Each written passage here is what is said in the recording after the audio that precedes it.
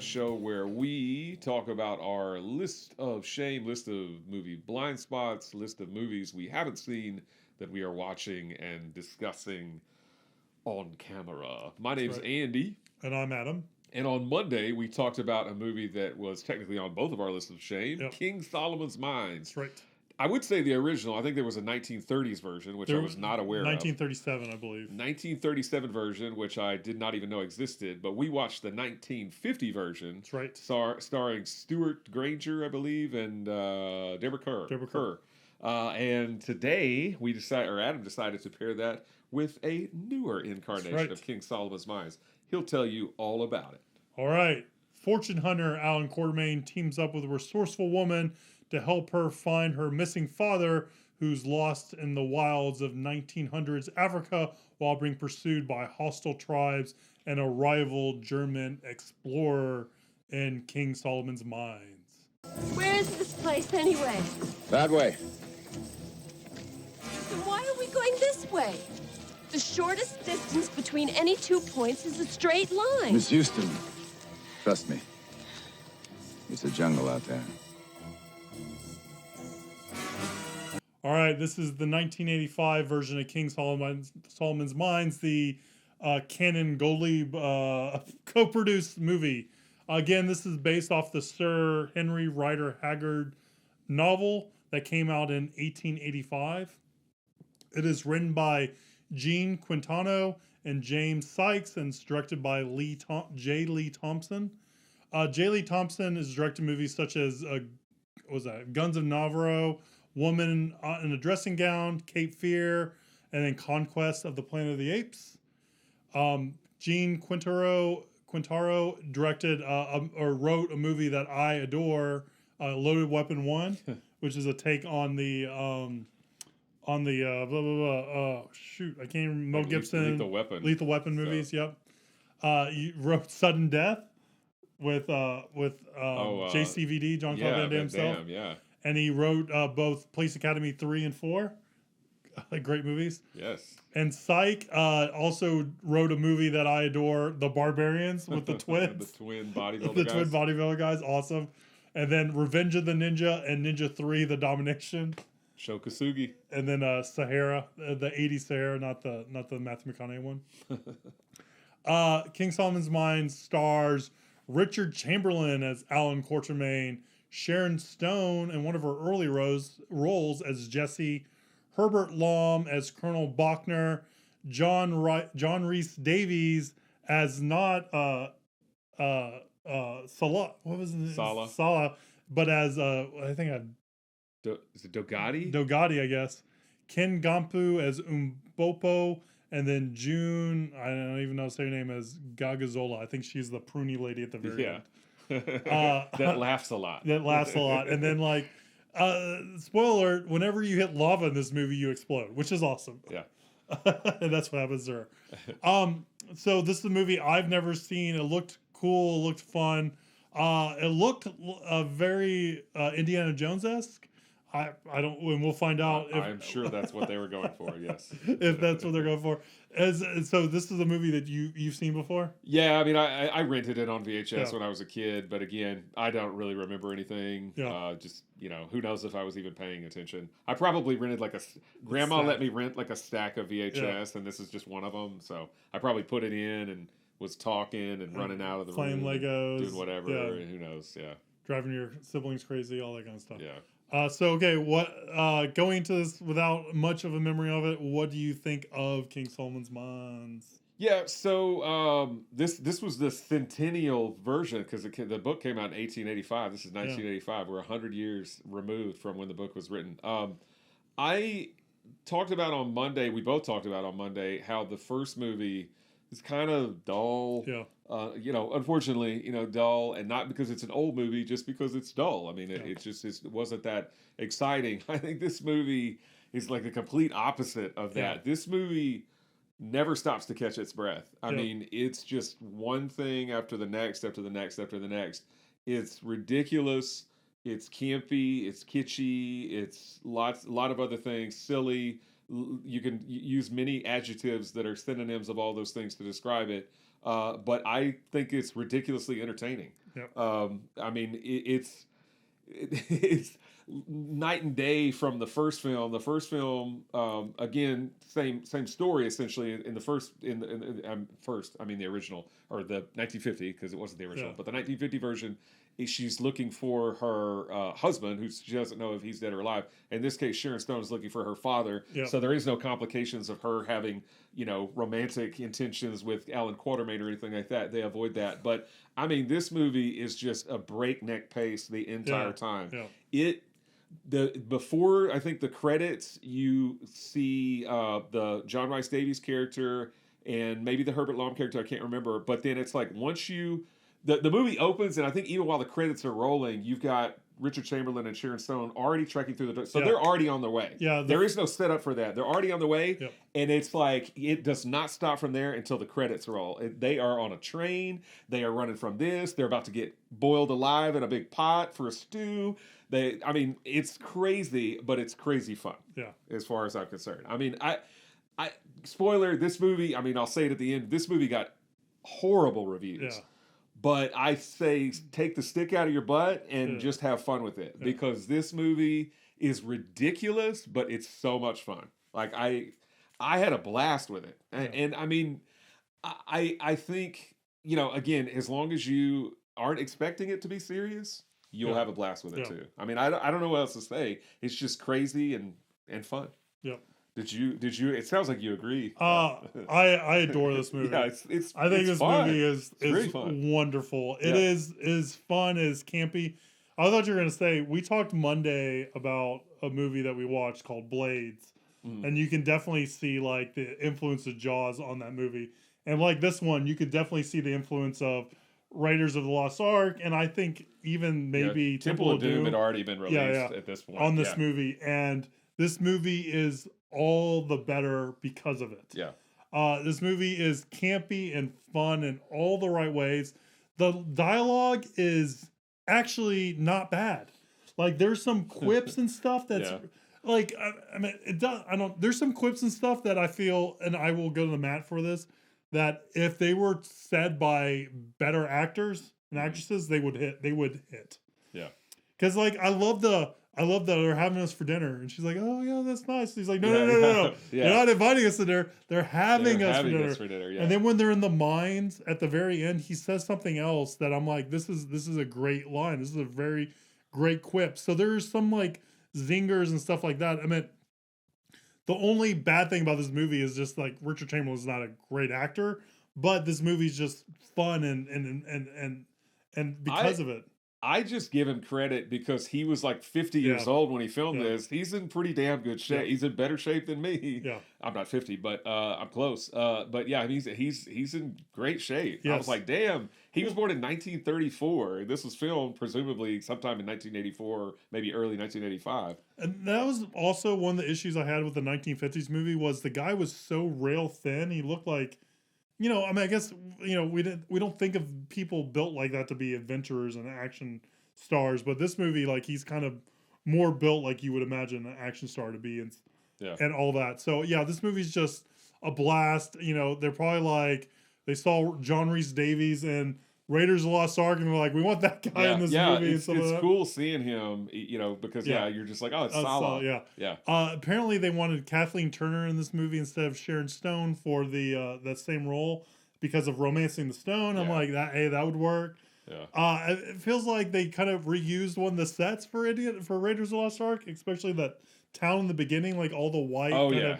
That looks very, very of it and very. Well, and that opening part where they're in the little city that they go to. I mean, that's straight out Raiders. It is, but it's just like, I remember as I was watching it this time, I was like, okay, so they're probably going to move on now. But it's like, no, there's more things going on. There's more things going on. I mean, there's just, again, this movie just never stops. I mean, there is, I kept waiting for there to be a part where. Like a lull or something. Yeah, there was, I mean, I would say the only lull, and I wouldn't even describe it as a lull, but the only kind of lullish part, and I'm not saying it's a bad thing, is when they kind of take a little break when you've got the upside down people that are Yeah, swinging. yeah. That's probably the slowest Yeah. part, but even that there's still a lot of movement, Oh. and it's no time before Herbert Lom and John Rhys Davies comes along, and they so it's start like messing with immediately them. it picks back up again. So it's just that introductory part.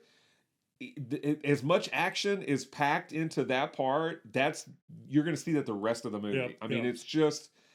it's fun. Yeah. It's a roller coaster. It's a lot of fun. It's silly. It's great. I think the movie suffers from kind of maybe what Kroll suffered from.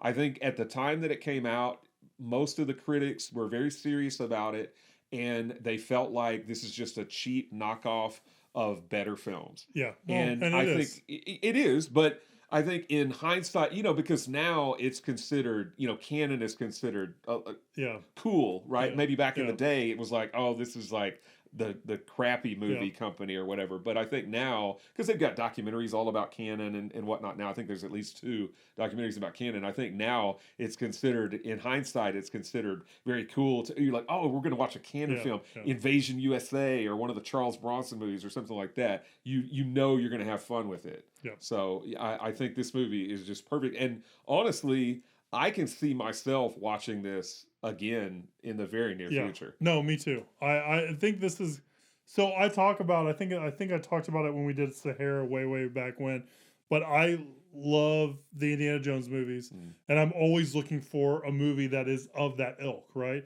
That's why I like the Uncharted games so much, because they're heavily influenced from it. It's probably why I like the Uncharted movie. I know you're not a big fan of it, but it's like why I like movies like Sahara, I like movies like The Mummy. I like the Librarian series, which were really terrible with Noah Wiley. But this is like in that vein, and this just hits it, right? And it just works for me, and I really just dig it. Yeah. And it's just giving me what I need out of here. So I this movie was so fun. I like how he's with the dynamite and all that kind of stuff. It's just over the top, and it's just silly. I like how the pot changes, like versus when they're in it or when they're getting lowered in it versus when it's rolling down the hill. Yeah. Like the different shape completely to it. Yeah. It's all great. It really is. So a little bit on the trivia. I guess John Rhys Davies was amazed that Herbert Lom agreed to do this film or act in this film. There's a lot of talks about like Sharon Stone was really tough to deal with. And then Richard Chamberlain has said that this movie was definitely shot on a very shoestring budget. This movie was actually shot concurrently with its sequel, which is Alan Quartermain and the City of the Lost City of Gold. Blah blah. It came out a year later. Apparently, this movie didn't do very well in theaters. Like we said, probably because people thought canon was schlocky and not worth their time.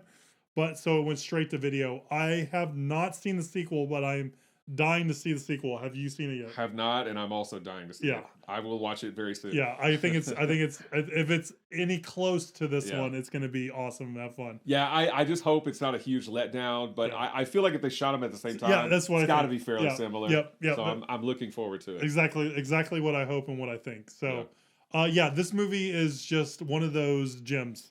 Yeah. I don't think I've ever heard about this movie. Like it wasn't really on my radar, but I think kind of why I chose the King Solomon movies in general this week, is the build up towards my excitement towards the new Indiana Jones film. So I kind of wanted to get some more movies in that genre and in that venture, and this is definitely of that genre. So I really liked it, and glad we watched it. So I think this is just a gem that I haven't really heard about, and I think people should seek out and watch and all that kind of stuff, because if you're not going to take it seriously or you're not going to try to read something serious into it, you're going to have a lot of fun watching this movie. Yeah, if you're like me and you haven't seen it since you were a child and remember nothing about it, give it another spin. It's well worth the effort. Yeah, it's a lot of fun. Unfortunately, the critics don't feel the same way. Or didn't feel the same way. In retrospect, probably it would get higher marks, but it's only 8% fresh on Rotten Tomatoes. Yes. Whoa. So the 1950 was 92% fresh. This makes up the other 8%. Yeah, the 100.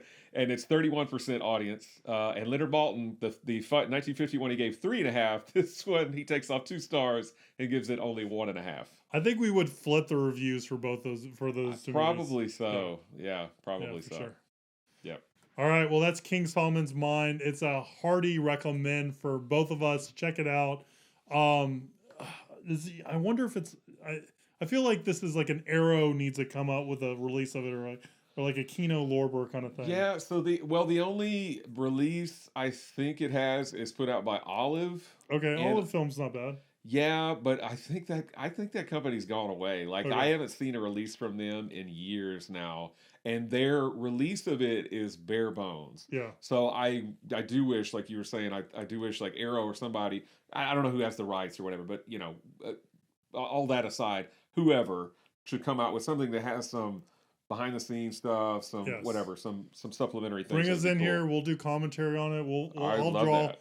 I'll draw lines to Raiders Lost Ark and Temple of Doom. I'll let you know all about that stuff. Yeah. Oh, I mentioned Crawl. This movie maybe fell in the same. This also has a giant spider in it. Yeah, it does, I forgot it to does. mention that. Yeah, yeah. This movie has everything. It's a kitchen sink in it. It's so awesome. It does. All right. Yeah, King Solomon's Mine. Check it out, please. If you haven't, it's awesome. Okay, so on Wednesdays, that's today, as you're watching this, not as we're filming it, we like to answer viewer questions. So we're gonna pick one.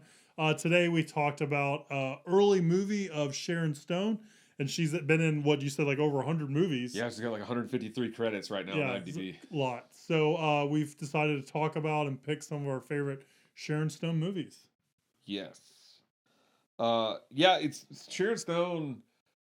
The first time I remember seeing Sharon Stone was in Basic Instinct. Although I had already seen Total Recall, which she's in with Yeah. Schwarzenegger, I didn't, she's not as big, she doesn't have as big a role in that film. And obviously in Basic Instinct, she has a huge role, and she's got the very infamous scene that they have. But that's the first time I remember seeing her. And I think that's the movie that really, really launched her into stardom, because she had been acting since the late 1970s. Yeah.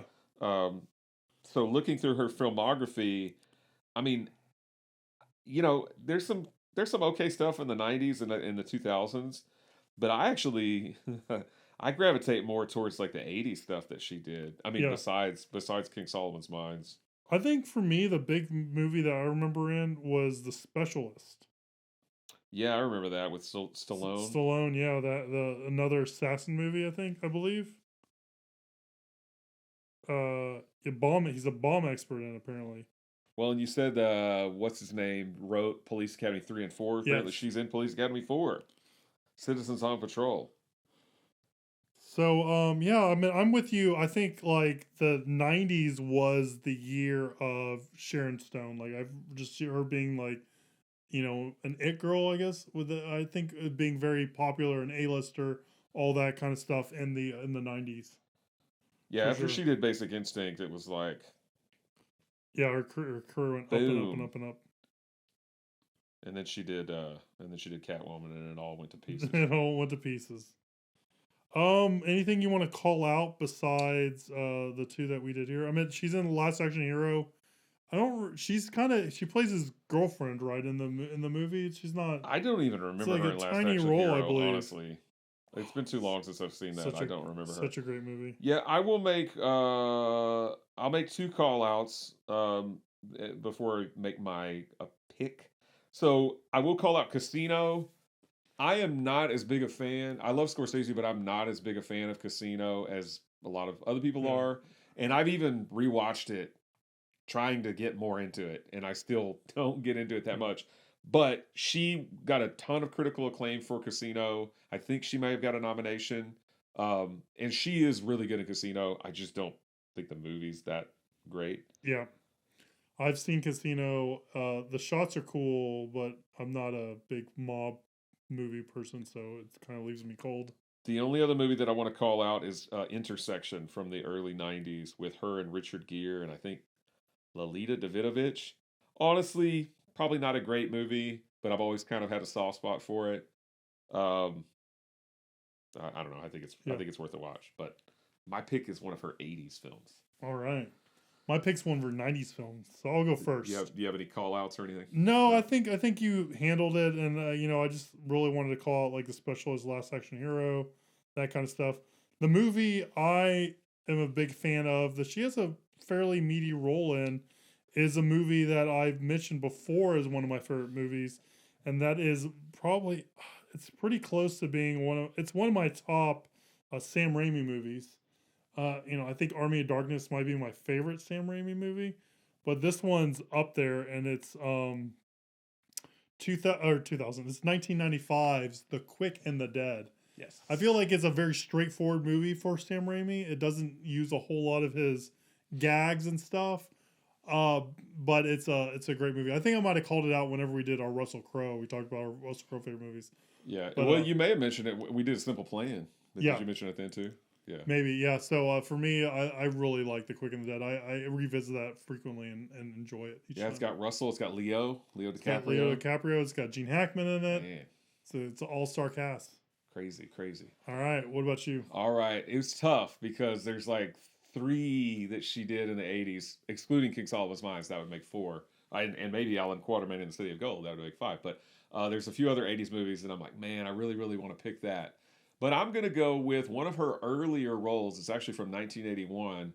It's Wes Craven's Deadly Blessing. Oh. It is a Wes Craven horror film, pre-Nightmare on Elm Street. Of course, those of you that are big Wes Craven fans are like, man, Last House on the Left, that's my jam. But Deadly Blessing is a fun, it's got Ernest Borgnine in it. I don't remember who, Michael Berryman is in it. Can't go wrong with Michael Berryman. Yep. He looks unusual. Yep. There's a very distinctive look about him. But no, Deadly Blessing is a fun little, I don't know what to describe. It's like a hillbilly kind of horror sort of thing.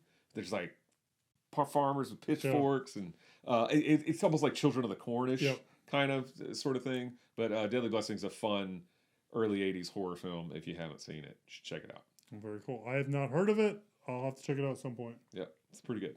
All right, well, that's our favorite Sharon Stone movies. Let us know what your favorite Sharon Stone movies are by leaving a comment down below. If you're watching us on YouTube, or shoot us an email, rollshame@gmail.com.